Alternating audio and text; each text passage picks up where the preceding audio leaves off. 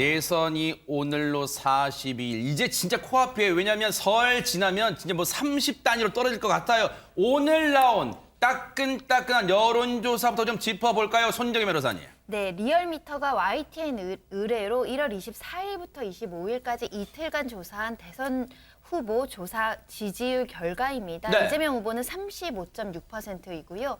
윤석열 후보 44.7%, 심상정 후보 3.9%, 안철수 후보 9.8%, 김동연 후보 0.3%입니다. 네.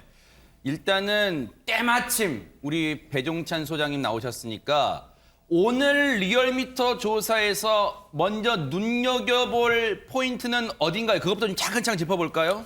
우선은 윤석열 후보가 오차 범위 밖으로 앞서는 추세. 아하. 이 결과가 최근에 나온 다른 조사도 오차 범위 내든 오차 범위 밖이든 윤석열 후보가 앞서가고 있다. 아하. 이 추세가 나타나고 있다. 그러니까 11월 5일 지난해 11월 5일 윤석열 후보가 국민의힘 후보가 되고 난 이후에 컨벤션 효과. 그러니까 큰 행사를 치르고 난 이후에 지지율이 올라가는 컨벤션, 윤벤션 효과가 다시 돌아온 아하. 그 현상이 나타나고 있는데 이건 이제 20대 2남자 3남자 결집, 네. 보수 결집이라는 말씀을 드렸고 네. 근데 이재명 후보는 지지율이 그대로예요. 네. 써도 닳지 않는 어떤 비누가 있잖아요. 마치 그 비누처럼 계속 30%대 중반. 아하. 그러니까 이재명 후보가 올릴 만한 지지율은 다 끌어올렸는데 네. 그 지지율에서 더 올라가지는 못하고 있는 말 그대로 이재명 후보로서는 참 듣기 싫은 표현인데 용어인데 박스권에 갇혀 있다. 아하. 이렇게 가능할 것 같은데 네. 여기서 하나 흥미롭게 주목을 해볼 사람은 누구냐? 네. 자 그래프를 한 번 더 보여주시면 그럴까요? 보여드립니다. 네. 안철수 후보입니다. 왜요? 10%대 심지어는 어떤 조사는 중후반까지도 갔는데 그렇죠. 다시 이번 조사에서 보면 10% 아래로 내렸어요. 갤럽 조사에서는 2주 연속 17%까지 찍었단 말이에요. 이게 웬일일까? 아하. 이게 바로 북한 미사일. 보수 결집이 되다 보니까 안보 이슈가 나오면 안보 이슈 앞에만 서면 작아지는 사람 누구냐? 네. 안철수 후보인 거죠. 그래요. 물론 작은 거인입니다. 네. 그런데 안보 이슈만 나오면 이 지지율이 위축 흔들흔들하거든요. 2012년에도 그랬습니다. 2017년에도 그랬습니다. 이번에도 북한 미사일, 극초음속 미사일이 발사되니까 위축되는데 이 중에 일부는 윤석열 후보 쪽으로 갔을 테고 네. 일부는 아직까지 안 후보에게 남아 있는데 네. 이렇게 되면 뭐가 흔들하냐면 단일화가 흔들 하는 것이죠. 네. 사실 한 기관의 여론조사를 보면 당일날 발표된 것보다는 앞서 우리가 쭉 추이를 보여드렸잖아요. 그 추이를 보는 게 해석하는 데 도움이 많이 되는데 리얼미터만 놓고 보면 쭉 보여줘 보세요. 한번 이 흐름을 보면 추이를 보면요. 지금 저런 상황입니다. 12월 8일부터 상황을 보면 12월 8일, 22일, 1월 12일 그리고 오늘 발표된 1월 26일. 일단 그래프상에서 말씀해 주신 것처럼 눈에 띄는 건 제일 아래쪽에 있었던 안철수 후보의 지지율 격차가 정말 고점을 찍다가 이렇게 한 2주 만에 14일 지났죠. 1월 10일에서 26일이니까 14일 보름 만에 다시 한 자릿수대로 리얼미터 조사에서는 내려온 게 일단 눈에 띕니다. 그런데 지금 이번 리얼미터 조사에서는 조금 주목되는 부분이 어떤 사안별로 어떻게 생각하는가 이런 걸 물었단 말인데 제일 관심 가는 부분은 백성문 변호사님께 여쭤볼까요? 사실 두 후보에게 모두 곤혹스러운 이 악재가 터졌어요. 윤석열 후보 입장에서는 MBC 스트레이트를 통해 보도된 이른바 7시간 45분 통화 파일 그리고 그에 맞불 성격으로 국민의힘이 지금 줄기차게 제기해온 형수 욕설 관련 발언. 근데 이게 유권자한테는 어떻게 더 영향을 미쳤을까요? 일단 어찌 보면 말씀하셨던 것처럼 양 후보의 가장 큰 지금 현재 아킬레스건이라고 할 수 있는 두 가지 이슈인데 네. 사실 이 결과만 놓고 보면 이 결과가 지금 사실 리얼미터 여론조사 하나만 가지고 저희가 뭐 설명을 하기에 좀 성급하다는 생각이 그렇죠. 들긴 네네. 합니다만 그래도 이 결과만 놓고 보면 민주당과 이재명 후보는 정말 곤혹스러울 것 같습니다. 왜요? 일단 지금 그래프를 좀 보여주시면 네네. 김건희 씨 통화 녹취 관련해서 부정적 여론이 44.5%, 네. 그럼 영향 없을 거다 31.3%. 그런데 저기서 주목할 거는 긍정적으로 바라보는 분들이 19%가 나온 거고요. 어허. 그리고 또 이 이재명 후보의 형수 욕설 논란 관련해서는 부정적 여론이 50.3%, 영향없음이 36.6%, 네. 그리고 긍정적이다라는 게 6.9%인데 아까 그 김건희 씨하고 저 긍정적인 부분의 차이가 확 크고요. 부정적 여론도 이재명 후보 욕설 논란에서 높은데 제 개인적으로 생각할 때 그 이유는 김건희 씨 녹취록 관련해서는 일단 그 녹음하고 보도하는 과정에 소위 말하는 비윤리성. 그러니까 이건 좀 너무한 거 아니야라는 여론 분명히 있었고요. 그리고 그 전에 이게 터지면 이제 끝이다 막 약간 이런 분위기까지 막 고조가 됐었는데 틀어보니까 별거 없는데? 라는 그런 또 반응에다가 네. 또 김건희 씨가 사적 통화에서 무슨 욕설한다거나 이런 게 아니라 그냥 좀 편안하게 얘기하는 것을 오히려 또 2030 남성들 입장에서는 괜찮은데? 라고 바라보는 여론들이 생겼다라는 거. 뭐 그런 부분들 때문에 지금 이런 결과가 나온 것 같고 그리고 이재명 후보의 소위 형수 욕설 논란은 과거부터 계속 지속되어 온 거잖아요. 네. 그럼 이미 이제는 사실 이게 다 반영이 됐어야 되는 건데 이번에 새로 터졌는데 또 이 부정적 여론이 높아진 건 그 원색적이라고 할 수 있는 그 욕설 때문이죠. 아하. 그러니까 뭐 부모님 때문에 어머님 때문에 그런 것이다. 이해해달라고 했지만 아까 리얼미터 여론조사상으로 이해하는 유권자들은 그렇게 높지 않다. 아하. 이런 부분들 때문에 이런 결과가 나온 것 같습니다. 사실 오늘 발표된 리얼미터 이 한 곳의 조사긴 합니다만 시점상 의미가 있는 게 이제 며칠 있지 않으면 설 연휴에 들어갑니다. 설 연휴에 우리가 그런 말 많이 하잖아요. 차례상 민심. 과연 물론 뭐 이동 자제를 정부가 호소하고 있습니다만 어쩔 수 없이 모이게 된 가족들 이런 가족들이 어떤 얘기를 할까? 정치 얘기를 아예 안 할 수는 없을 것 같고 뭔가 차례상에 둘러앉아서 무슨 얘기를 할까? 그 차례상 민심을 얼마 앞두고 얼마 남겨두지 않고 나온 점이기 때문에 그런 조사이기 때문에 관심과 물론 뭐 내일도 나오고 또 금요일 날은 또 갤럽 조사가 있기 때문에 더더욱 관심 끕니다. 그런데 앞서 리얼미터 조사에서 연령대별 지지율도 좀 관심이 가요. 지금 두 후보 모두 특히 2030의 마음을 잡기 위해서 다분히 노력하고 있는데 2030 결과 좀 볼게요. 대선 후보 연령별 지지율입니다. 보세요. 파란색 이재명 그리고 빨간색 윤석열 막대 그래프입니다. 배종찬 소장님께 여쭤볼까? 2030에서의 지지율은 어떤 특색을 지금 보이고 있습니까? 리얼미터 조사에서는. 그 20대를 보면은 윤석열 후보가 절반을 넘겼어요. 아하. 그러니까 이게 지난 우리 뉴스파이트에도 분석을 해드렸는데 이재명 매직이죠. 이재명 후가 그러니까 병사 월급 200만 원 여성가족부 폐지 먹힌 겁니다. 네. 그러니까 이준석 매직 말씀하신 거죠? 이준석 매직. 이준석 매직요. 네네. 이준석 마법. 네. 그러니까 이게 결집이 되면서 20대에서 윤석열 후보가 리얼미터 조사가 절반을 넘는 아하. 이게 사실상 윤석열 후보 지지율이 올라가는 결정적 배경이 된 것이고 네. 30대는 아직까지 엇비슷합니다. 근데 중요한 건 뭐냐? 네. 50대에서 이재명 후보가 앞서 나갔었는데 네. 리얼미터 조사 추세를 보더라도 50대에서 윤석열 후보가 바짝 쫓아온 거예요.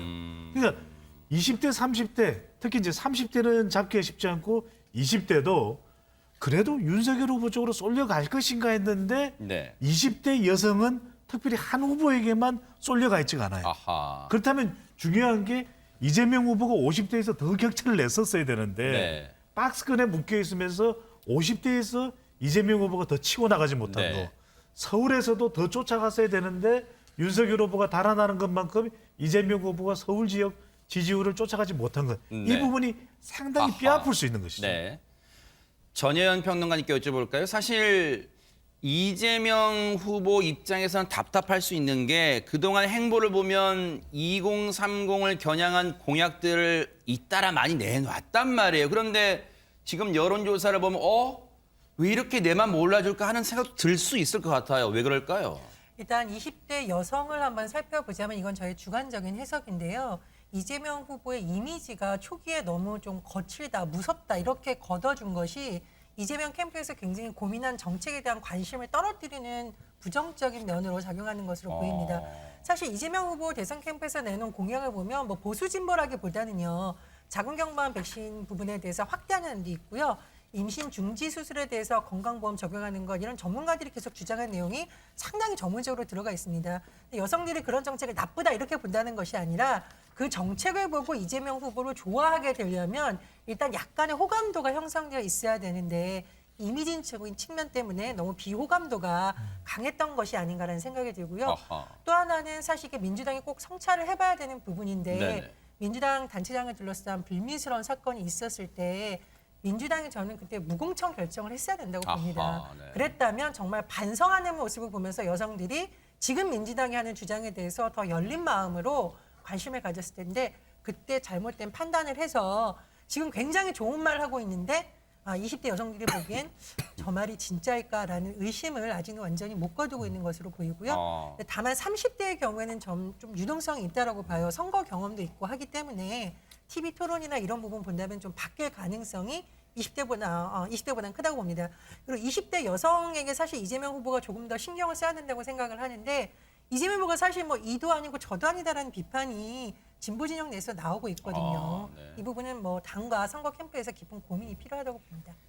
김재섭 비대위원께 여쭤볼 수밖에 없어요. 사실 뭐 지금 배종찬 소장님의 분석 중에는 이준석 마법이다, 이준석 매직이다. 왜냐하면 정체 내지는 하향세를 보였던 윤석열 후보의 이 지지율이 거짓말처럼 지금 회복했단 말이에요. 그런데 일각에서는 이준석 대표의 행보를 놓고 이거 20 중에서도 2030 중에서도 젠더 갈라치기다. 그런 비판 많았단 말이에요. 그냥 한마디로 또 도박이다. 그런 한쪽의 표를 의식한 도박 행위다. 그런 분석도 많았단 말이에요. 근데 어쨌든 이 국민의힘 내부는 어떻게 평가하고 있을까요? 사실 이제 그런 우려가 없었던 것은 아닙니다. 그래서 예를 들면 이제 여가부 폐지라든지 병사월급 200만 원 이런 것들이 보면 어떻게 보면 여성들을 위한 정책이라고 보기는 어렵거든요. 일단은 20대 남성들에게 소구력이 있는 정책이라고 할 수밖에 없는데 사실 저는 예를 들면 이준석 대표가 2030의 남성 여성을 갈라놓기보다는 우리가 가장 먼저 소구할 수 있는 대상에 대해서 가장 먼저 정책을 그들에게 먼저 내놨다고 저는 그렇게 보고 있습니다. 그러니까 이준석 대표가 20대 여성들에 대해서 무관심한 것이 아니라 우리가 기본적으로 20대 남성들이 국민의힘을 많이 지지했습니다. 그리고 이준석 대표가 30대 나이로 대표가 되는 데까지도 그 강한 추동력을 이끌어준 것이 또 20대 남성들입니다. 그럼에도 불구하고 저희가 이준석 대표와 윤석열 후보 간의 갈등 국면들이 비춰지면서 우리 국민의힘을 지지했던 20대 남성들이 대거 이탈하면서 사실 중도층으로 남아있거나 일부는 안철수 대표의 어떤 지지율 흡수되는 모양새들을 보여줬거든요. 원래 국민의힘을 지지했던 그 지지 세력을 가장 먼저 우리가 우리 편으로 끌어안자라는 어떤 정책 전략이라고 저는 보고 있습니다.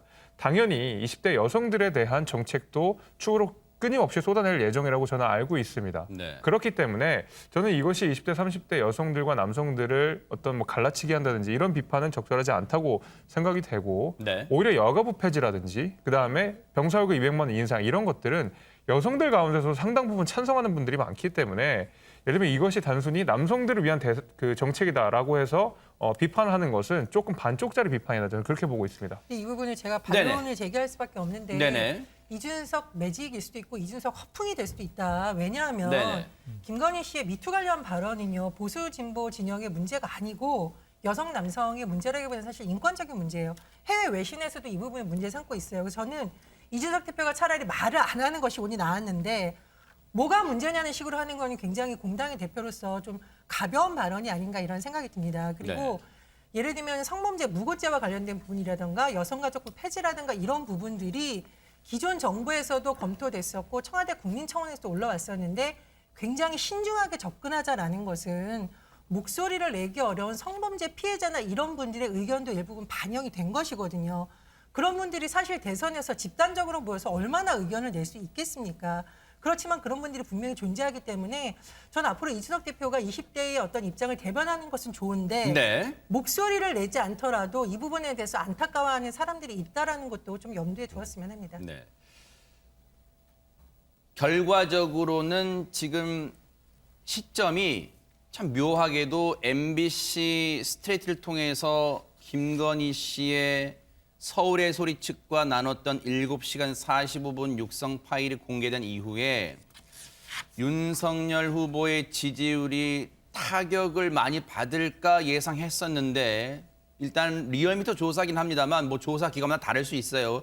리얼미터 조사에서는 오히려 격차가 벌어지는 추세로 나왔어요. 그렇다면 손정혜 변호사님, 윤석열 후보 입장에서는 우려했던 거와는 달리 지지율이 조금 탄력받았어요. 그런데 여전히 윤석열 후보를 괴롭히는 뭐 악재들은 있을 거 아니에요. 일단 아내 김건희 씨 관련한 무속 논란이 계속적으로 이제 제기되고 있는 상황입니다. 육성 파일이 공개되면서 무속인들과 굉장히 가깝다라는 비판 속에서 이 코바나 컨텐츠 관련한 고문 명함을 또 공개하는 이슈가 등장을 했는데요. 이 명함 속에 이제 등장한 인물은 건진법사라고 알려진 진모 씨의 이제 명함입니다. 명함을 보시면 코바나 컨텐츠 고문이라고 이제 명시가 되어 있고 네. 주소도 기재가 되어 있는데 이 주소지가 현재 코바나 컨텐츠 주소지가 아니라 과거에 있었던 이제 과거 주소지가 기재되어 있다라는 점에서 네. 오랜 기간 알고 지냈던 거 아니냐라는 의혹이 또다시 제기된 상황이고 네. 그 전에는 이 김 씨 전시에 이제 전모 씨 딸이 같이 활동한 사진도 나오기도 했고 네. 또 전모 씨가 김 씨 전시에 참석한 동영상이 나오면서 오랜 기간 같이 활동했던 거 아니냐 이렇게 관심이 쏠린 상황이고요. 네. 김유겸 의원도 이렇게 주장을 하고 있습니다. 전모 씨가 최소한 7년 전부터 김건희 씨랑 굉장히 가까운 사이 아니냐 이런 주장이 제기된 상황입니다. 명함에 고문이라고 일단 찍혀 있고 그 코바나 콘텐츠의 주소, 명함에 기재된 주소도 지금 주소가 아니라 과거라면 일단은 언뜻 드는 생각은 예전부터 김건희 씨와 이 건진법사라는 전모 씨가 오래전부터 알고 지냈던 사이인가라고 시청자분들은 생각하실 것 같아요. 그렇습니다. 물론 뭐 좀 사실관계는 저희가 확인이 좀 어렵지만 보통 고문이라는 직함은 어른, 뭐 존경하는 분 이런 의미를 또 포함하는 경우가 네. 많아요.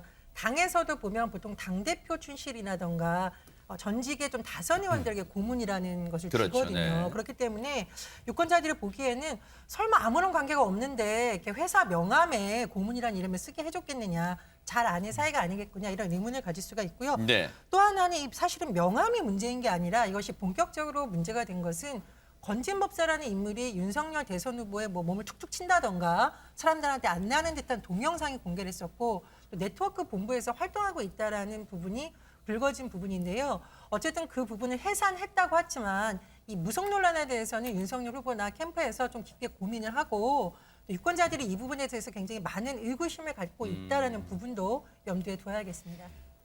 지금 이런 얘기대로 김재섭 의원님, 사실 이 무속 논란을 윤석열 후보 측에서 말끔히 털어냈다고 지금 보지 않는 것 같아요. 지금 그리고 이 명함 논란도 명함이 계속 공개되면서 여전히 뭔가 무속 또는 이 건진법사 지금 뭐 네트워크 선대본부는 해산됐습니다만 여전히 혹시 뭐 비밀리에 영향을 받는 거야, 자문 받는 거야 여기에 대해서 국민의힘 입장은 어떤 겁니까? 일단 그 해당 뭐 건진법사라고 하는 분 같은 경우에는 윤석열 후보와 그다음에 김건희 씨가 임명한 사람이 아니다라는 것이 당의 공식적인 입장입니다. 그리고 혹시나 문제가 될까 바로 그 네트워크 본부를 해산을 했습니다. 그 다음에도 사실 뭐 여러 가지 이제 의혹들이 제기되고 있었습니다만은 저희가 이제 분명히 짚고 갈 것은 이런 건 것 같습니다. 네. 이제 무속 논란이 있을 수 있습니다. 충분히 국민들께서 거기에 대해서 우려하실 수 있다고 생각이 됩니다. 네. 근데 이것이 이제 김건희 씨 개인 자격으로 예를 들면 무속에 관해서 본인이 관심이 있고 이런 것과 이것이 만약에 국정 운영에 조금이라도 영향을 줄 수 있는가는 조금 다른 문제인데 결국 국민들이 걱정하시는 부분은 김건희 씨를 통해서 무속인들이 어떤 국정 운영이나 정치적 영향력을 행사할 수 있지 않을까 하는 우려인데 거기에 대해서는 염려를 하지 않으셔도 될 것 같습니다. 일단은 김건희 씨가 뭐 무속과 관련돼서 사적 대화 내용들이 여러 가지 나온 게 있지만 거기서도 분명히 이야기한 것이 자기가 무속인 안 만난다. 내가 더 세기 때문에 안 만난다는 말도 분명히 같이 했었거든요. 그리고 분명히 캠프 내에서도 김건희 씨가 지금 윤석열 후보의 행보에 영향을 주지 않는다라는 것을 재차 3차 이야기를 한 바가 있습니다. 네. 그렇기 때문에 예를 들면 국정 운영에 무속인이 개입을 하기 위해서는 무속인이 김건희 씨를 통해서 김건희 씨가 다시 윤석열 후보를 통해서 이렇게 2차, 3차로 거쳐가면서 영향력을 행사해야 될 텐데 그 고리고리를 다 끊겠다는 것이 그리고 조금의 의혹이라도 있으면 그 의혹을 깨끗하게 해소하겠다는 것이 국민의힘의 입장입니다. 나아가서 이제 김건희 씨의 사적 통화이긴 하지만은 국민들께서 이 부분에 대해서 우려가 분명히 있다 그러면 김건희 씨가 나와서 이 부분에 사과를 해야 된다고 생각합니다.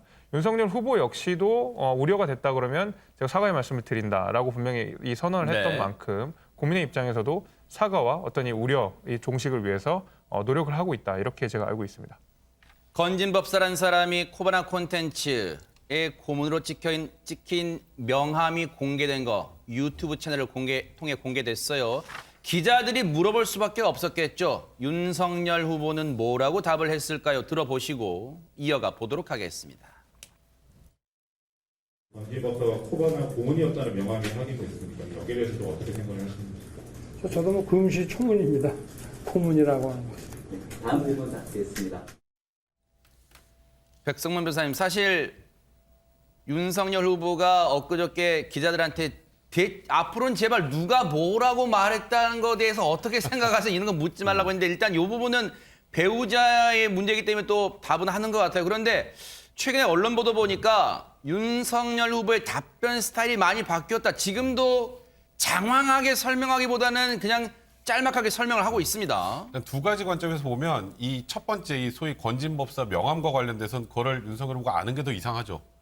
뭐 아내가 어쨌건 코바나 콘텐츠라는 회사에서 고문으로 누구에게 명함을 줬는지까지 남편이 다 알고 있는 것 자체가 일단 좀 그건 뭐 흔한 일은 아닌 거라는 생각이 들고요. 그리고 이제 두 번째로 만약에 알고 있다고 가정해서 저걸 상세하게 만약에 해명을 한다.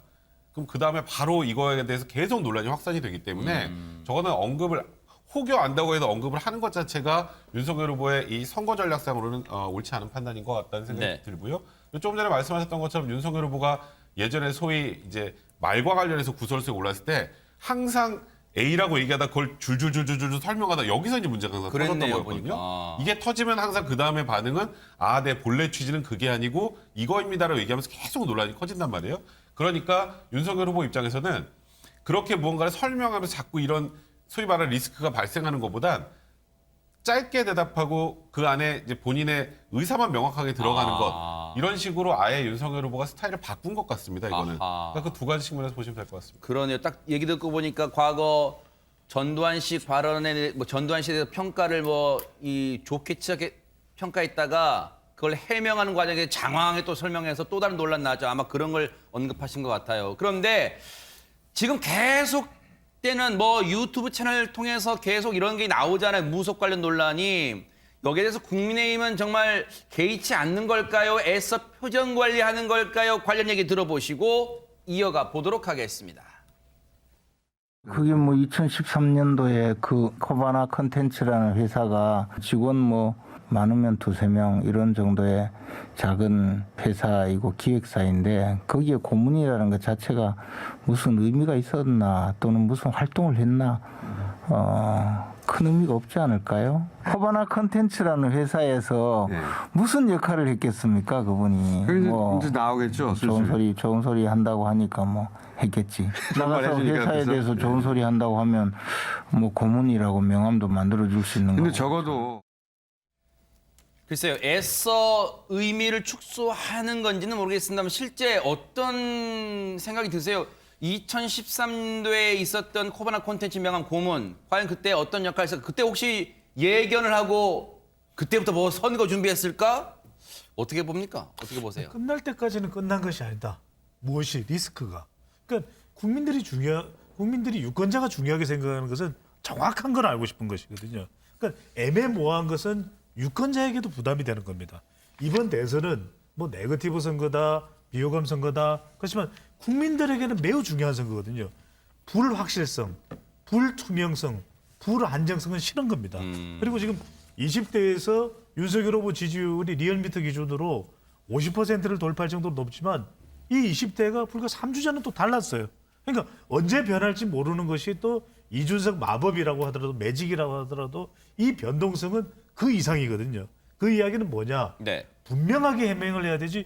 김재원 최고위원이 무속 주술과 관련해서도 또 코바나 컨텐츠와 관련해서도 정확하게 알겠습니까? 모를 거예요.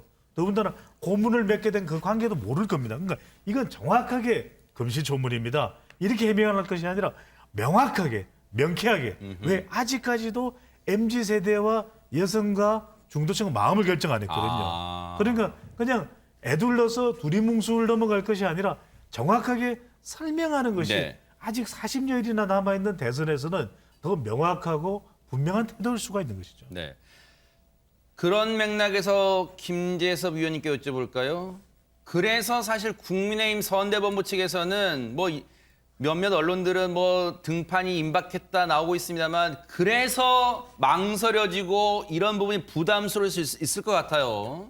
아니죠. 오히려 이유라고 그러면 더 빨리 등판하셔야죠. 아, 그래요? 예, 그러면요. 왜냐하면 이제 우리 배 소장님께서 잘 말씀해 주셨다시피 사실 김건희 씨는 그냥 앞으로는 이제 사인의 자격이 아니지 않습니까? 지금도 거의 준공인의 자격이고 윤석열 후보가 대통령이 되게 되면 영부인으로서의 자격을 갖추게 되는데 국민들이 여기에 대해서 의문을 갖고 계시다 하면은 더 나와서 사과하고 해명할 필요가 분명히 있다고 생각이 됩니다.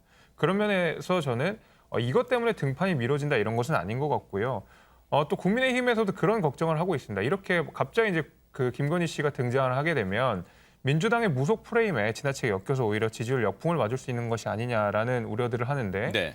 지금 사실 김건희 씨를 향한 무속 프레임들이 먹히지가 않는 상황입니다. 아까 우리 지지율에서도 잘 보다시피 오히려 김건희 씨의 녹취가 나온 이후에 지지율이 더 벌어졌거든요. 저는 그런 면에 있어서 이제는 김건희 씨가 등판을 해서 이 부분에 대해서 국민들이 의심을 갖고 계시다 그러면 적극적으로 해명을 해야 되고 또 김건희 씨가 나름대로 또 뭐 봉사활동이라든지 뭐 미술을 통한 뭐 또 다른 여러 가지 사회 활동들을 할 것으로 예정이 되어 있습니다. 개인 자격으로 뭐 한다고 하는데 저는 그것을 오히려 더 공식적으로 당일 차원으로 이끌고 와서 후보자 배우자의 자격으로서 적극적인 활동을 할 것이 앞으로 뭐 시간의 문제다. 저는 그렇게 보고 있습니다. 네.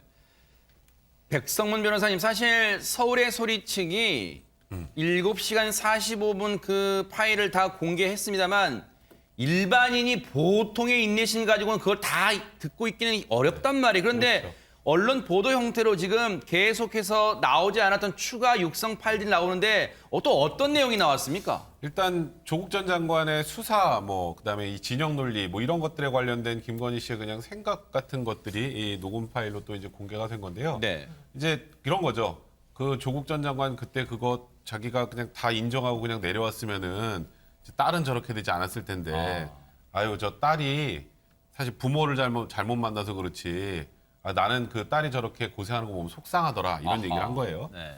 근데 사실 이제 뭐 첫 번째 생각을 해볼 건 저거는 그냥 완전히 사적 내용으로 통화를 한 거기 때문에 저걸 가지고 이게 뭐 저 진술이 잘 됐다 잘못됐다라고 평가하는 게 저는 개인적으로 좀 그 부분 평가하는 게 좀 그렇다고 생각을 합니다만 저에 대해서 일단 뭐 조국 전 장관도 굉장히 발끈하면서 이거 부모하고 자식을 갈라치게 하는 거냐 뭐 이러면서 지금 조국 전 장관까지 지금 발끈하고 그런 나오는 상황이란 말이죠. 그러니까 저는 개인적으로 생각하는데 그래요. 조금 전에 말씀하셨던 것처럼 김건희 씨의 녹음 파일이 공개된 것에 대해서 저는 굉장히 부정적으로 생각합니다만 이미 공개가 돼서 논란이 될 수 있는 내용들이 지금 굉장히 계속 쌓여가고 있는 상황이라면 김건희 씨가 계속 뒤로 빠져 있는 것보단 이제는 어느 정도 준비를 해서 나와서 설명할 건 설명하고 그리고 또 해명할 건 해명하고 또 사과할 건 사과하고 그런 식으로 리스크를 자꾸 줄여나갈 필요가 이제는 있지 않나 그런 생각이 좀 듭니다. 말씀해 주신 것처럼 손정희 변호사님, 조국 전 장관이 이 보도를 보고 참 기가 막혀 했을 것 같긴 합니다.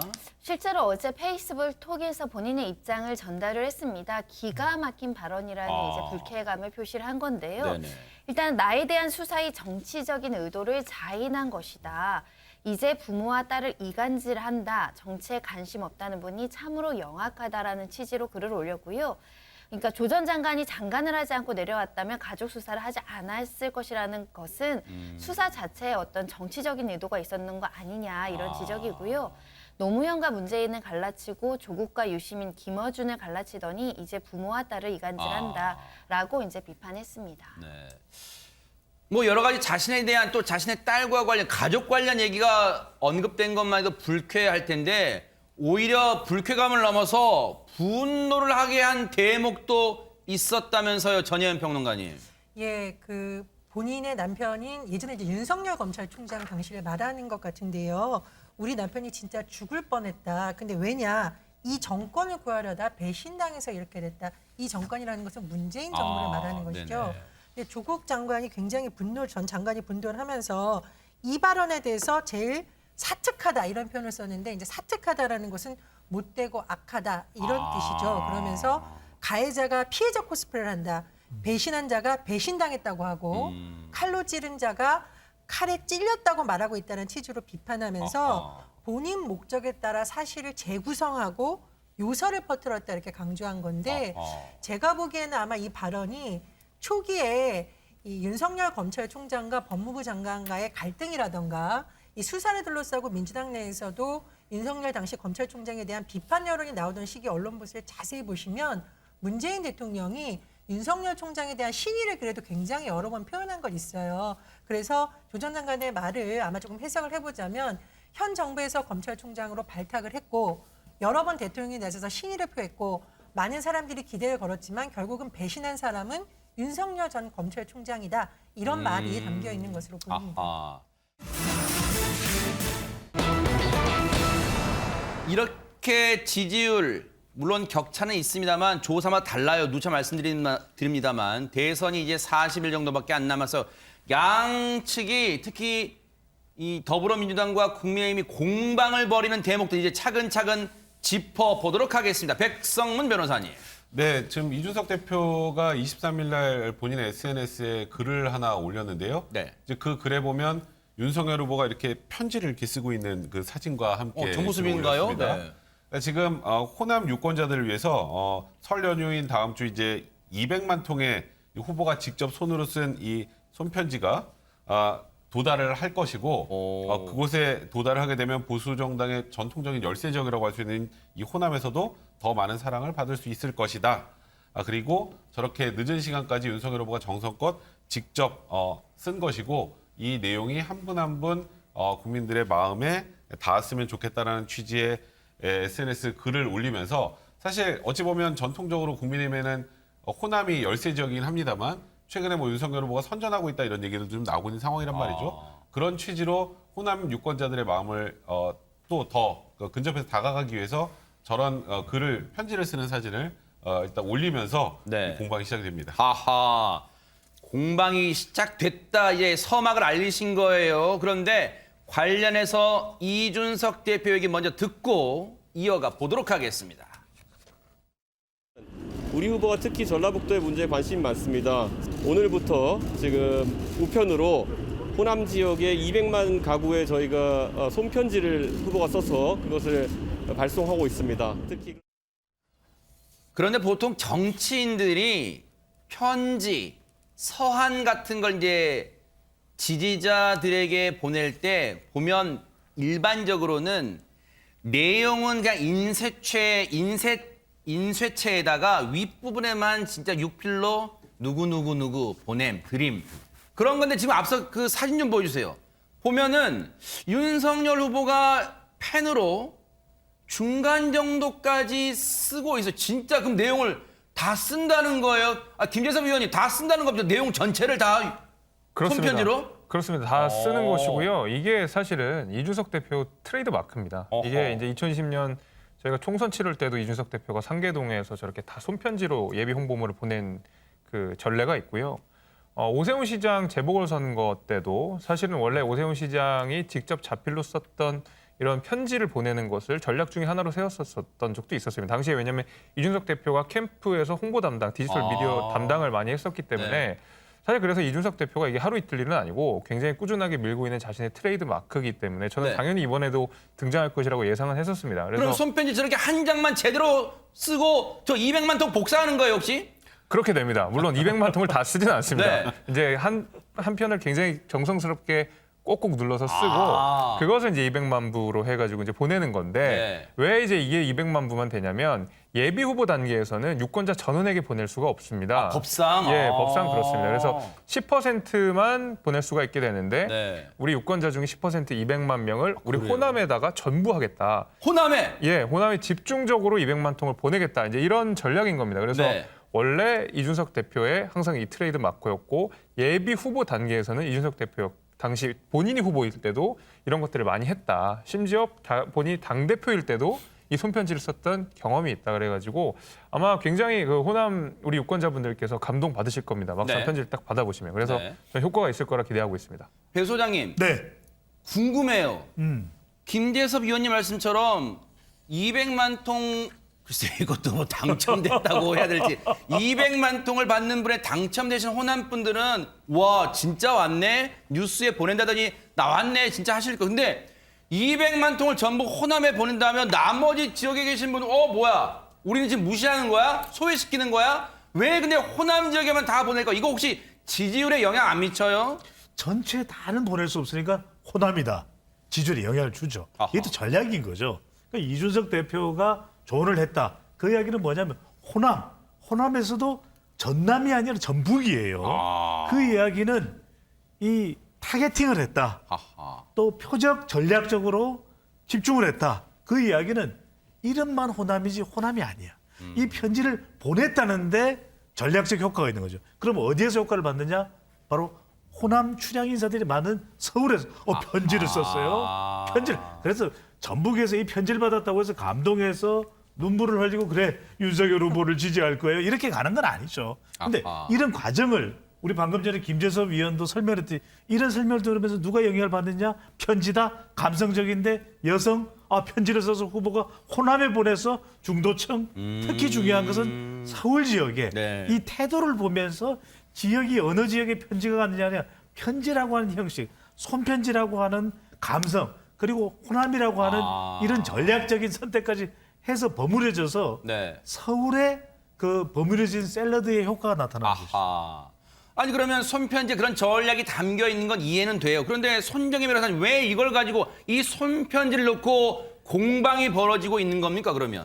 앞서서 이준석 대표가 SNS에 윤 후보가 이렇게 사진 찍은 그 편지 내용 올린 게 사흘 전이잖아요. 아하. 근데 오늘 민주당 선대위가 이재명 후보가 손편지, 자필 편지 쓰는 영상을 공개를 한 겁니다. 그래서 그 김영희 민주당 선대위 홍보소통본부장이죠. 캠프에 합류하고 어떤 방향으로 갈지 이제 조금 고민을 하다가 친환경 녹색 캠프로 가는 방향이 좋겠다라는 계획을 수립해서 후보님께 말씀을 드렸고 네. 예비 홍보부를 원래 230만 부 발송 예정이었는데 그걸 이제 영상으로 대체하는 계획. 그러니까 디지털 환경에도 맞고 그리고 종이 낭비가 좀 있잖아요. 뭐 우표물 비용도 들어가게 됩니다. 이런 낭비 없는 친환경이 될 것이라고 했는데 그러다 보니까 서로 비슷한 시점에 자필 편지 영상이 공개되면서 내가 먼저다. 당신이 먼저 아니다. 이런 공방이 있는 겁니다. 야, 저희가 이 스톱워치가 있으면 누가 먼저 시작했는지 딱 재드릴 텐데 좀 안타까워요. 어쨌든 이걸 갖고 지금 공방이 벌어지고 있는데 자필로 편지를 쓰는 이재명 후보 영상 보시고 이어가 보도록 하겠습니다. 이 편지에 첨부된 파일에는 저의 공약들이 담겨 있습니다. 이 약속들이 얼마나 지켜질지가 궁금하시면 이 편지를 5년 후에 다시 열어보아 주십시오. 그리고 그때 다시 평가해 주십시오. 약속을 지키는 대통령 이재명이 되겠습니다. 아까 보신 그 영상을 1월 10일 날 촬영을 마친 것입니다. 그걸 마치 본인들이 먼저 한 것을 따라하는 것처럼 이렇게 호도를 하고 있어서 그것이 아니라는 것을 확인시켜 드리고요. 따라하는 것은 이준석 대표다. 따라쟁이 이준석 대표다라고 말씀을 드리고 싶어요. 모방을 하려면 그럼 좀 조용히 해야지. 그걸 뭐 상대방이 마치 자기를 따라하는 것처럼 이렇게 호도하는 것은 있을 수 없는 일이다. 네, 부러우면 지는 거예요. 그리고 쌀집 아저씨라는 별칭을 얻었던 김영희 PD 출신의 김영희 본부장이 지금 저렇게 날짜까지 근거를 대고 있습니다. 우리는 1월 10일 날 저 영상 찍었다. 따라했다니 무슨 소리냐 발끈하고 있습니다. 백성원 변호사님. 사실 참 좀 약간 유치하네요. 저 개인적으로 생각할 때 유치한 것 같은데 근데 저렇게 얘기하면 이준석 대표가 네 죄송합니다 그랬을까요? 이준석 대표는 절대 그러지 않습니다. 그러니까 지금 말씀하셨던 것처럼 이거 12월 초부터 계획 세운 거고 지난 10일에 촬영을 다 완료했는데 뭘 이걸 우리가 뭘 따라한다고 이준석 대표가 얘기를 하냐. 당신이 따라쟁이야. 약간 이렇게 얘기를 했잖아요. 이준석 대표 이렇게 얘기를 합니다. 자, 우리가 그 주소를 받으려면 언제부터 준비를 했어야 됐을까? 우리 2달 전부터 편지 보낼 주소 지자체에 다 신청해서 받았는데 2달 전에 한 거를 우리가 어떻게 따라했다고 하느냐. 우리가 무슨 따라쟁이냐. 근데 이준석 대표 이런 얘기를 했죠. 친환경 얘기하면서 영상 편지를 보낸다고 하는데 진짜 친환경 생각하면 공보물을 안 보내셔야지 나중에. 그거 안 보내시는지 한번 지켜볼게요. 이준석 대표 이렇게까지 얘기했습니다. 야, 참 이거 어디까지 신경전이 벌어질지 참 궁금한데 사실 시청자분들 입장에서는 배 소장님 네. 손편지가 뭐 그리 대단하다고 평소에는 안 쓰다가 이번에 좀 쓰면서 양측 모두 이렇게 공방을 벌이는 거야? 라고 생각하시는 분도 계실까요? 간단치가 않죠. 사실 손편지는 우리 손정혜 변호사가 쓰는 손편지 아니에요? 맞네요.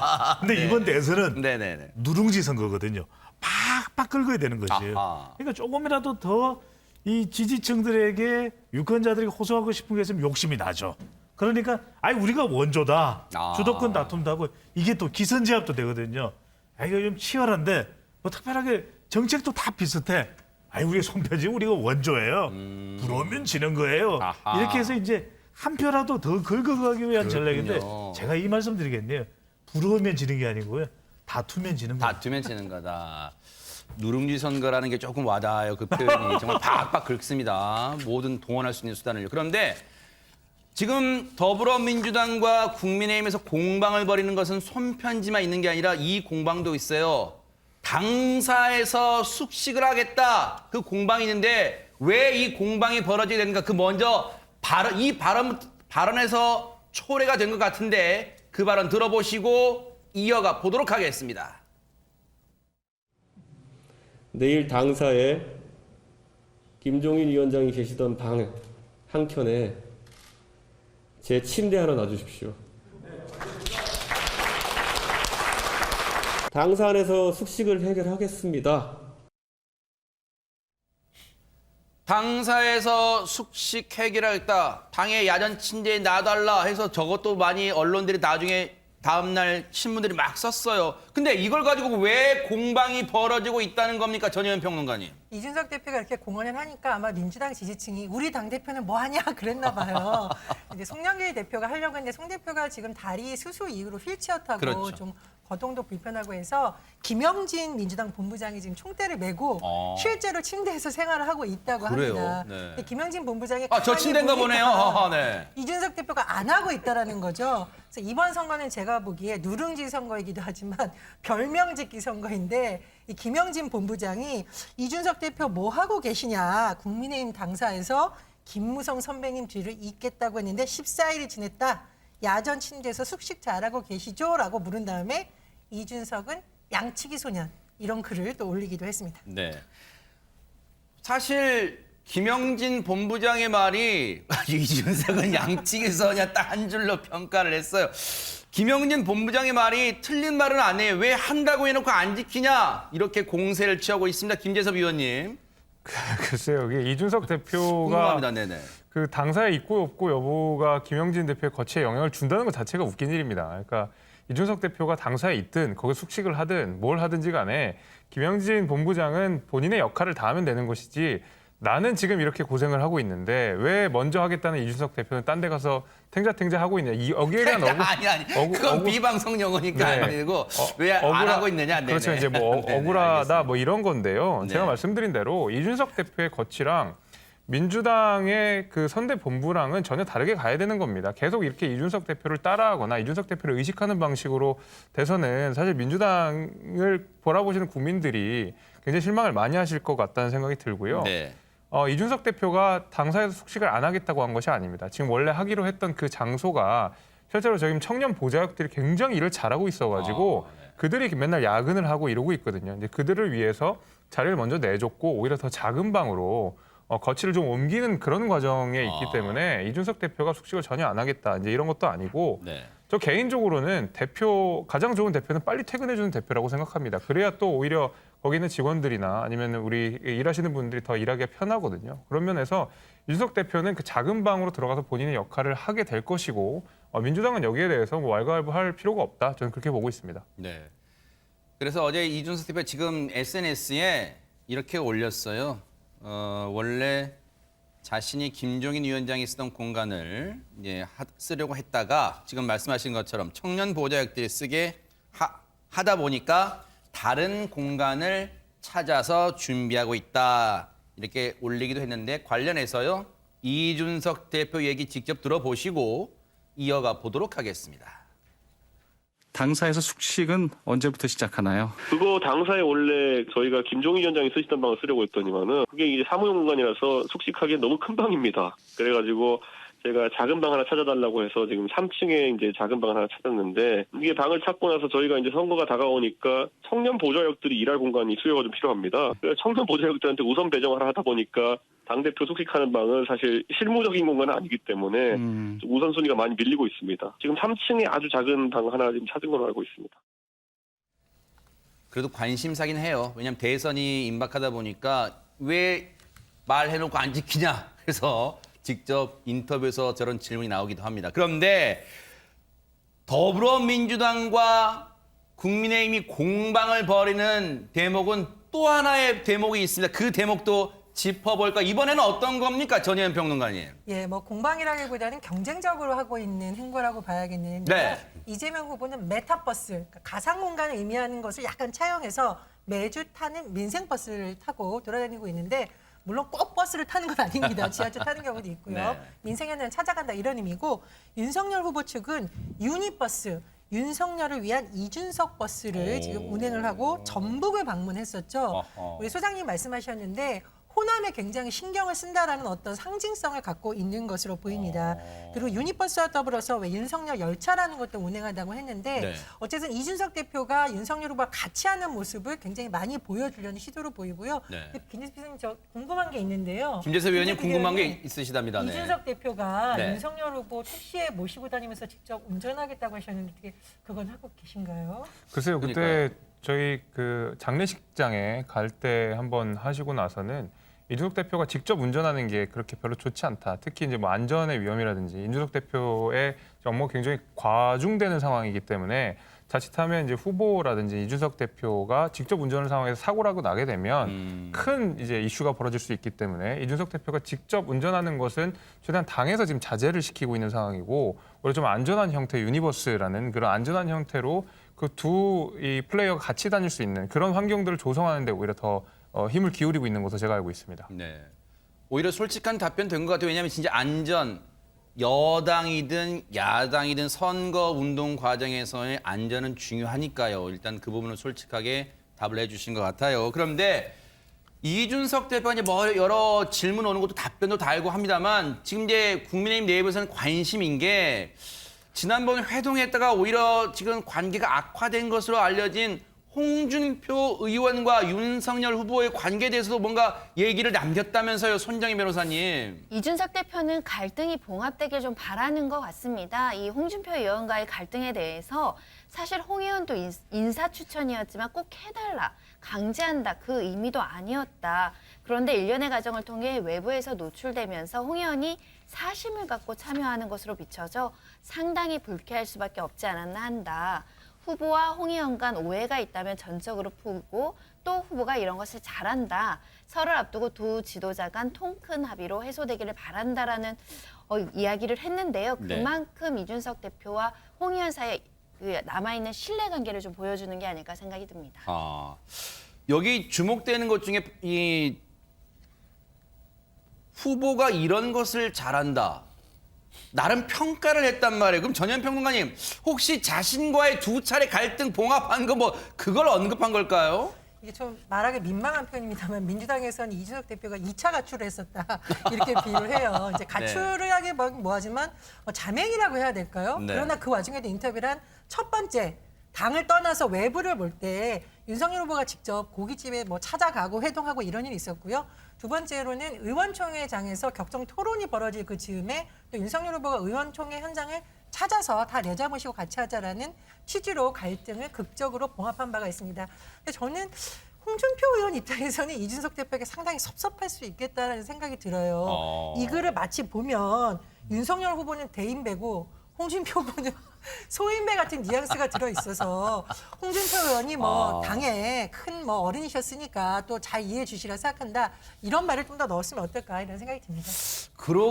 또 제가 팔랑귀여서 그런지 몰라도 백성 변호사님, 전현 평론가님 말씀드리면 또 그렇게 느꼈을 것 같기도 한데 백성문 변호사님이 보실 때는 어때요? 홍준표 의원이 불쾌했을까요? 어떻습니까? 홍준표 후보는 지금 뭐 불쾌하고 안 불쾌하고를 떠나서 굉장히 불쾌하시는 건 맞는 것 같고요. 네네. 홍준표 후보가 지금 더 오히려 지금 구석으로 몰린 게 아닌가 싶어요. 지금 이준석 대표 얘기 가만히 들어보면 본인이 나서서 뭔가 이 뭐 후보와 지금 홍준표 전 대표의 관계를 갈등을 좀 조정할 생각 별로 없어 보이고 또 윤석열 후보 지금 보시면 아시겠지만 지금 캠프 내에서 홍준표란 이름도 잘 안 나오는 것 같아요. 사실상 그때 이제 홍준표 후보가 본인은 물론 공천 자기 측근들을 안 치라는 그런 뜻이 아니라 그냥 인사 추천이었다는 취지로 뭐 이준석 대표도 얘기하지만 그렇게 잘 안 받아들였던 것 같고요. 이제 그러니까 이제 홍준표 후보가 사실 그 뒤로 굉장히 독설들을 많이 쏟아내고 있는데 그 본인이 직접 하셨던 얘기 진퇴양난이란 말이 딱 맞는 것 같아요. 지금 여기서 자기가 그럼 이럼에도 불구하고 가서 내가 잘 도울게요라고 말하기도 좀 힘들고. 그리고 또 계속 이제 본인만 혼자 소위 당내에서 본인이 구태 정치한 것처럼 이렇게 몰아붙여져서 구석에 나와 있는 것도 받아들이기 힘들고. 그러니까 지금 말씀하셨던 것처럼 진퇴양난에 빠진 느낌이라는 표현을 쓰신 것 같고요. 네. 그러면서 이제 뭐 그런 얘기도 했잖아요. 나는 출당하면 나가겠다. 윤핵관들이 나 출당시켜라 얘기를 하는데 또 과거에 이제 소위 이준석 대표의 아까 2차 가출이라는 표현을 쓰셨으니까 네. 그 당시에 계속 나왔던 윤핵관이라는 얘기가 지금 사실 들어간 상황입니다. 이제 뭐 여기서 또 다시 윤핵관 아마 권영세 본부장이 얘기하는 것 같은데 그게 별로 소구력은 별로 없는 것 같고요. 이제 그러다 보니까 홍준표 지금 의원 입장에서는 진짜 본인이 말씀하셨던 것 굉장히 불쾌하고 기분 나쁘지만 정말 이러지도 저러지도 못하는 상황이 돼버린 게 아닌가 싶습니다.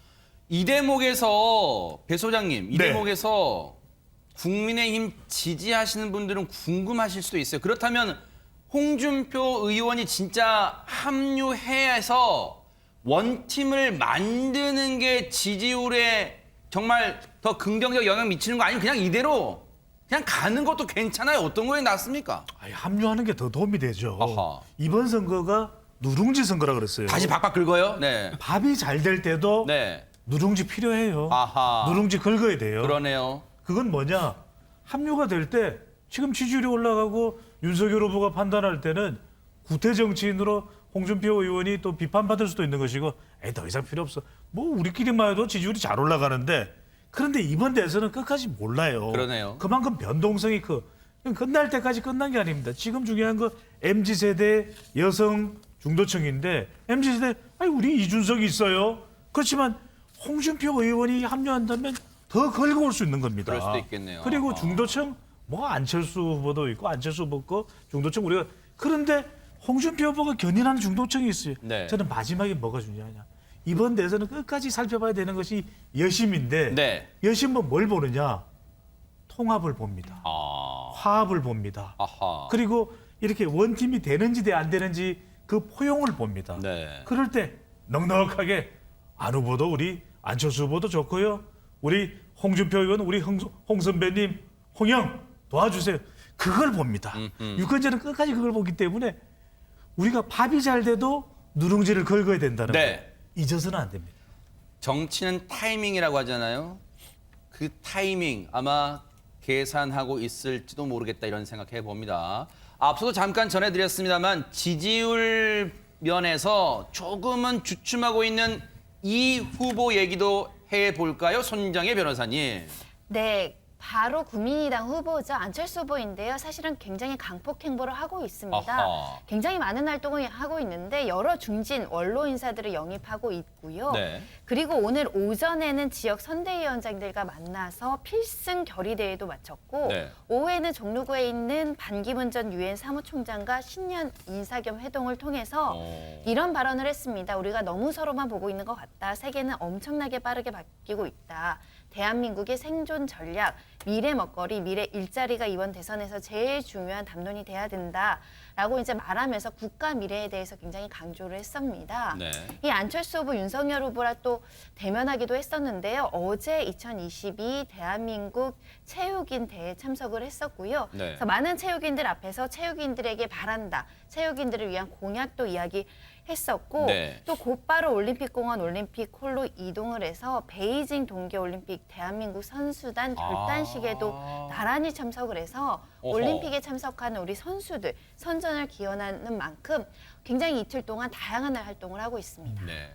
저렇게 뭐 인사 뭐 행사 인사는 영상 같이 찍습니다만 속내는 서로 다를 거란 말이에요. 그런데 안철수 후보 지금 지지율 면에서 조금 꺾였어요. 상승세가. 그럴 때 뭔가 지원군이 절실하잖아요.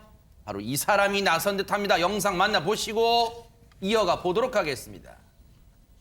최근에 들었는데 아빠가 음반 피처링에 참여하셨다고 그러더라고요. 저는 그냥 개인적으로 아빠가 노래를 잘 부르신다고 생각했거든요. 그래서 조금 기대도 돼요. 근데 여러 장르를 하셨다고 그랬거든요. 그래가지고 좀 그게 좀 두렵긴 해요. 뭐 랩이나 힙합 그런 거는 잘 못하실 것 같은데 네, 어떻게 하셨는지 좀 궁금합니다.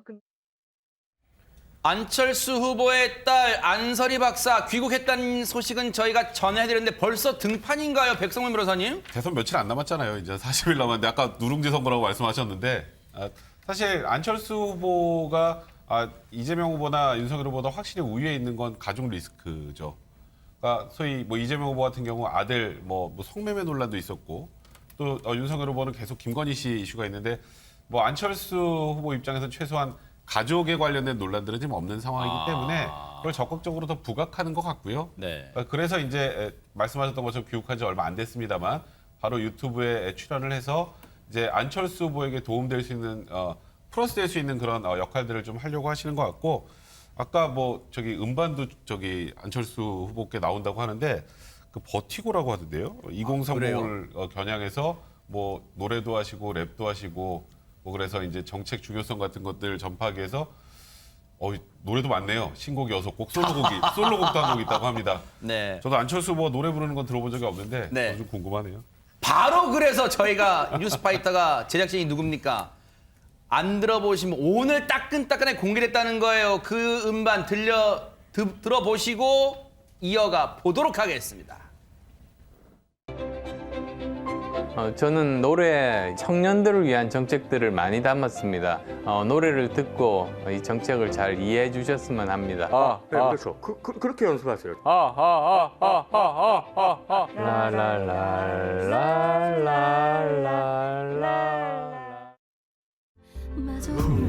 뭐 찬스, 뭐 찬스, 권력 찬스, 편법 찬스. 그대 매일 어딜 바라보나요? 그대 매일 무슨 생각하나요? 나는 느낄 수 있죠. 나도 바라고 있죠. 그대와 나 함께 꿈꾸는 세상. 시대가요, 김재섭 위원님 참 많이 변했습니다. 이재명 후보는 최근에 뭐 힙합 춤도 추고 윤석열 후보도 젊은이들과 댄스 그리고 지금 안철수 후보는 노래까지 선보입니다. 어때 소구력 좀 있을까요? 어떻습니까? 저는 소구력은 없을 거라고 봅니다. 왜요 또? 아이고. 사실 이제 이재명 후보도 그 힙합 패션 해가지고 굉장히 욕 많이 먹었거든요, 젊은 세대한테. 사실 이렇게 뭔가 흉내내기를 젊은 세대가 좋아하는 것은 아닙니다. 오히려 좀 진정성 있게 정책들을 좀 잘 설명을 해주고 그동안 정치권에서 하지 못했던 이야기들을 훨씬 20대, 30대의 눈으로서 설명해 줄 수 있는 그런 후보를 원하는 것이지 이런 외형이나 형식을 젊은 세대에게 맞춘다고 해서 젊은 세대가 여기에 감동하는 것은 아닙니다. 예를 들면 이준석 대표가 본인이 어떤 정책 메시지를 내는데 사실 저런 뭐 힙합, 무슨 노래 이런 거 전혀 안 하거든요. 그러니까 전형적으로 딱 20대, 30대가 중요하게 생각하는 아젠다를 잘 치고 나갔기 때문에 이 반향을 얻은 거라서 저런 형식들은 사실 개인적으로는 그렇게 20대, 30대를 타겟으로 했음에도 불구하고 20대, 30대의 소구력이 없을 거라고 생각이 되고 차라리 그 예를 들면 AI 윤석열처럼 AI 안철수가 나왔다 그러면 그 AI 안철수한테 맡겼으면 어땠을까라는 생각도 많이 듭니다. 딸인 안설이 박사도 이 든든한 지원군으로 등장했지만요. 늘 안철수 후보 곁엔 정말 동지 같은 분이 있다 뭐 그런 얘기가 들리고 있습니다. 전현 평론가님. 예, 안철수 후보의 배우자 김미경 교수입니다. 두 가지 행보를 하나 하고 있는데요. 첫 번째는 민생 행보예요. 권은희 원내대표와 함께 단독 일정을 했다고 하는데 그곳이 바로 아파트 공사장 붕괴 사고 현장이라고 하죠. 두 번째 행보는 제가 좀 주목을 하는 부분인데 전문가로서의 어떤 부분을 보여주고 있는 건데 김미경 교수와 안철수 교수가 왜 의대 출신이잖아요. 그래서 김미경 교수가 광주 북구의 한 카페에서 의사로서 전문성을 발휘해서 의대 총학생회와 간담회를 갖기는 했는데 제가 이 부분을 왜 보냐면 가족 리스크 선거에서 가족 메리트를 지금 굉장히 겨냥한 부분이 아닌가 생각이 들고요. 두 번째로 이 김미경 교수의 인터뷰를 보면 저는 와 이제 정치인 다 되셨다 이런 느낌이 드는데 후보의 가족들도 법적 문제가 아니라 도덕 수준까지 국민에게 검증을 받아야 된다. 이건 뭐 누구를 겨냥한지 이렇게 떠오르는 것 같고 또 하나 대통령 부인이 되면 그 순간부터 내 삶은 내 것이 아니고 다른 건 몰라도 공과 사를 구별하는 것만은 잘하라고 한다. 이 메시지 안에 사실은 다른 후보 배우자들을 뭔가 겨냥하는 듯한 그런 의미가 또 들어있는 것으로 보입니다. 사실 김미경 교수는 남편의 선거를 여러 번 도와본 경험이 있기 때문에 내공은 있어요. 그렇기 때문에 그 내공이 묻어나는 거 아닌가 그런 생각도 들어요. 그런데 손정희 변호사님, 오늘 오후에 안철수 후보가 그렇게 기다리던 뭐 결과가 나왔다 이런 얘기가 있어요. 어떤 내용입니까? 네, 양자 TV토론 방송 금지 가처분 신청을 했었는데 법원이 안철수 후보의 손을 들어줬습니다. 어허. 즉 안철수 후보 없이 양자 토론은 정당하지 않다는 게 법원의 판단인데요. 보통 이렇게 공직선거법상의 토론회가 아니라 방송사가 주관하는 토론회는 재량권이 있다 이렇게 평가를 하거든요.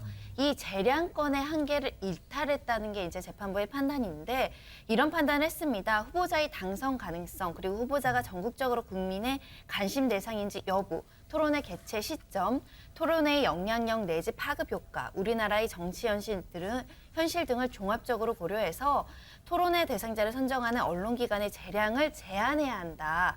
이런 점에 비춰서 양자 토론회가 정당성을 받아들이기 어려워 재량의 한계를 일탈했다라고 봐야 된다. 이렇게 이야기를 했고요. 네. 안 후보 바로 이번 판결은 기득권 정당들의 담합에 대한 정치적인 승리다. 양당의 사과와 사자 TV 토론을 요구하는 의견을 냈습니다. 김재섭 의원님, 일단 이 법원의 판결 이후 즉시 이재명 후보는 그러면 4명이서 토론하자라고 공세를 취했어요. 윤석열 후보가 받을까요? 어떻습니까? 예, 받을 거라고 생각합니다. 당 공식적으로도 이제 이양수 대변인이 이야기하신 대로 뭐 얼마든지 하겠다라는 입장이기 때문에 저는 해야 된다고 보고, 사실 이제 양자 토론은 국민의힘과 민주당에서 주장했지만은 저는 원래도 사자 토론이 맞다고 봤었습니다. 어쨌든 우리가 유력한 후보들로서 점쳐지고 있고 각자가 또 국민들의 각각 또 지지를 받고 있는 후보들이기 때문에 최대한 국민들의 알 권리 보장을 위해서라도 다자 토론이 필요하다는 입장이었었는데 마침 또 법원의 판결이 이렇게 나왔고 그다음에 후보나 당 입장에서도 다자 토론을 환영하는 분위기이기 때문에 국민들께서도 우리 후보들이 각각 그 매력들을 파악하시는 데 큰 도움이 되지 않을까 해서 저는 찬성하고 있습니다.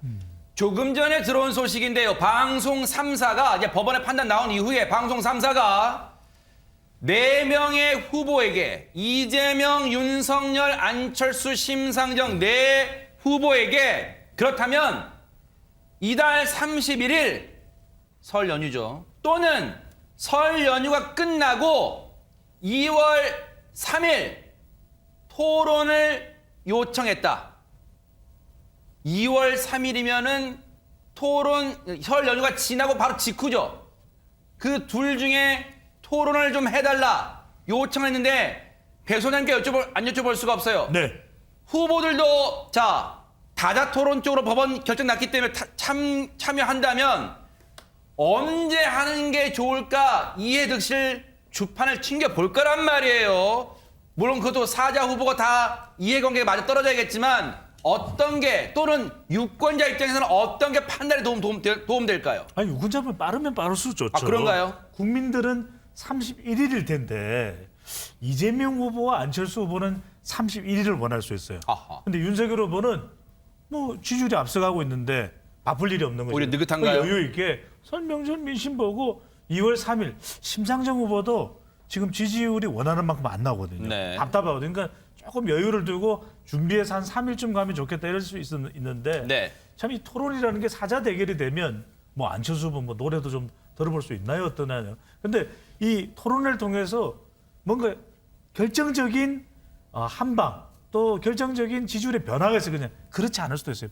본전 토론이라고 그래서 이재명 후보는 잘한 대로 아니 뭐 잘한다 그랬잖아. 네. 윤석열 후보가 토론을 좀 못하더라도 원래 좀 못할 것 같았어. 또 안철수 후보는 공격적일 거야. 이게 웬만큼 또 기대치가 있기 때문에 네. 실제 이렇게 4명이 하다 보면 시간이 좀 부족해요. 아하. 그 실질적인 양자 토론의 기대감보다는 또 떨어지기 때문에 네. 실제 토론에서 유권자 지형이 크게 변하는 정도는 좀 줄어들지 않을까 싶네요. 이미 마음을 정한 분들이 많을 수도 있다는 얘기예요. 자, 그런데 자 이제 토론은 거의 윤곽이 잡혀가요. 그런 가운데 이재명 후보도 이제 뭐 경기 지역 메타버스 일정 오늘도 소화하고 있습니다. 그런데 어제 오후에는 성남, 사실 본인의 홈그라운드라 해도 과언이 아닌 성남의 뭐 하남 이런 데 다 일절 돌아다녔어요. 그런데 즉석 연설을 했습니다. 그 발언 좀 들어보시고 이어가 보도록 하겠습니다. 이 나라의 주인이 국민인 줄을 모르고 국민은 그저 속아가지고 표나 찍는 사람으로 알고 정치 권력을 마치 자신들이 누리는 권세로 하는 사람들이 있는데 이런 사람 말고 거짓말하고 무능하고 국민을 갖다가 개돼지 취급해서 거짓말하면 막 넘어가는 그런 존재로 아는 사람들에게 이 나라를 맡기면 안 되겠지요. 경기도 하남에 있는 공설시장 방문해서 즉석연설 단상에 올라서 즉석연설한 내용인데요. 저 개, 돼지 취급 누구를 겨냥한 발언인가요? 손정혜 변호사님. 네, 그래 보입니다. 김건희 씨를 겨냥했다라고 보이는데요. 그제죠. 그 서울의 소리라는 유튜브를 통해서 대화 녹취록이 일부 나왔었는데 그중에 발언 중에 일반 사람들은 바보들이라고 그랬잖아. 이렇게 지난해 11월 4일경에 이제 대한 내용들이 공개됐는데 네. 일반 사람들은 이제 개돼지 취급한다라는 취지로 비판하기 위한 발언으로 보입니다. 네. 자, 김건희 씨의 해당 발언이 국민을 개, 돼지 취급한 것이다. 이재명 후보의 발언 어떻게 봐야 될까요, 전현 평론가님? 물론 김건희 씨가 그런 의도가 있었는지 없었는지는 모르겠지만 대선 후보의 배우자이기 때문에 이 발언에 사실은 관심이 모아지는 것이고요. 앞서서 윤석열 후보가 경선 후보 과정에서 손에 왕자를 썼을 때도 물론 무속 논란도 이렇지만 요즘 같은 민주주의 시대에 무슨 왕이냐 네. 이런 논란도 맞물려 있는 것으로 보이고요. 윤호중 원내대표도 언급한 바 있습니다만 윤석열 후보의 발언 중에 가난하고 못 배우면 자유를 모른다던가 예전에 뭐 불량식품 발언이라던가 이런 부분들이 너무 저소득층에 비하하는 건 아니냐 이런 발언과 좀 맞물려서 여러 가지를 겨냥한 것이 아닌가 저는 그렇게 해석을 합니다. 이 발언에 대해서 백성문 변호사님, 하태경 의원이 이재명 후보의 과거 SNS 글을 소환했다면서요. 어떤 내용입니까? 이재명 후보가 SNS를 굉장히 많이 했죠. 그리고 굉장히 강한 톤의 글도 많이 썼습니다. 이제 이런 게 다 남잖아요. 그래서 이걸 소환하면서 아니 벌써 잊으셨어요. 원래 후보가 과거에 국민을 강아지 취급했잖아요. 그런데 SNS 내용을 좀 보시면 이렇게 이재명 후보 올렸습니다. 가끔 강아지들이 사람 대접받기를 기다리는 이상한 상황을 접한다. 오늘도 강아지들이 많네. 저 앞에 이제 저기는 좀 약간 욕설이었어요. 뭐뭐 하면서 사람 말로 알아듣고 사람 말로 대답하기를 기다리는 못된 강아지들. 이 멘션 보고 기분 나쁘님들 그네들이 곧 강아지니라. 그럼 저 본인과 좀 약간 맞지 않는 사람을 강아지로 비유한 것처럼 보일 수 있고요. 또 심지어 하태경 의원이 예전에는 쥐나 닭, 벌레 취급도 했다. 보면 이재명 후보가 남긴 게 마팔은 쥐나 닭 같은 동물이나 벌레 같은 게 아니면 다 해드려요. 뭐 쥐나 닭 하면 또 누군가 연상을 시키려고 일부러 저렇게 하신 것 같은데 그리고 그에 대해서 이제 누군가가 뭐 비판 글을 좀 올린 것 같은데 거기에 본인이 쥐닭벌레에 해당하시나 왜 비읍 디귿 부들부들하실까 저런 글을 올린 것을 캡처하면서 아니 그건 이재명 후보가 원래 더 그렇게 국민들을 그렇게 대했던 것 아니냐라는 내용의 글을 올린 겁니다. 네. 어쨌든 보면 총력전입니다. 어떤 발언 나오면 그에 상응하는 과거 발언까지 지금 소환되는 분위기예요. 앞으로 더 치열해질 것 같은데요.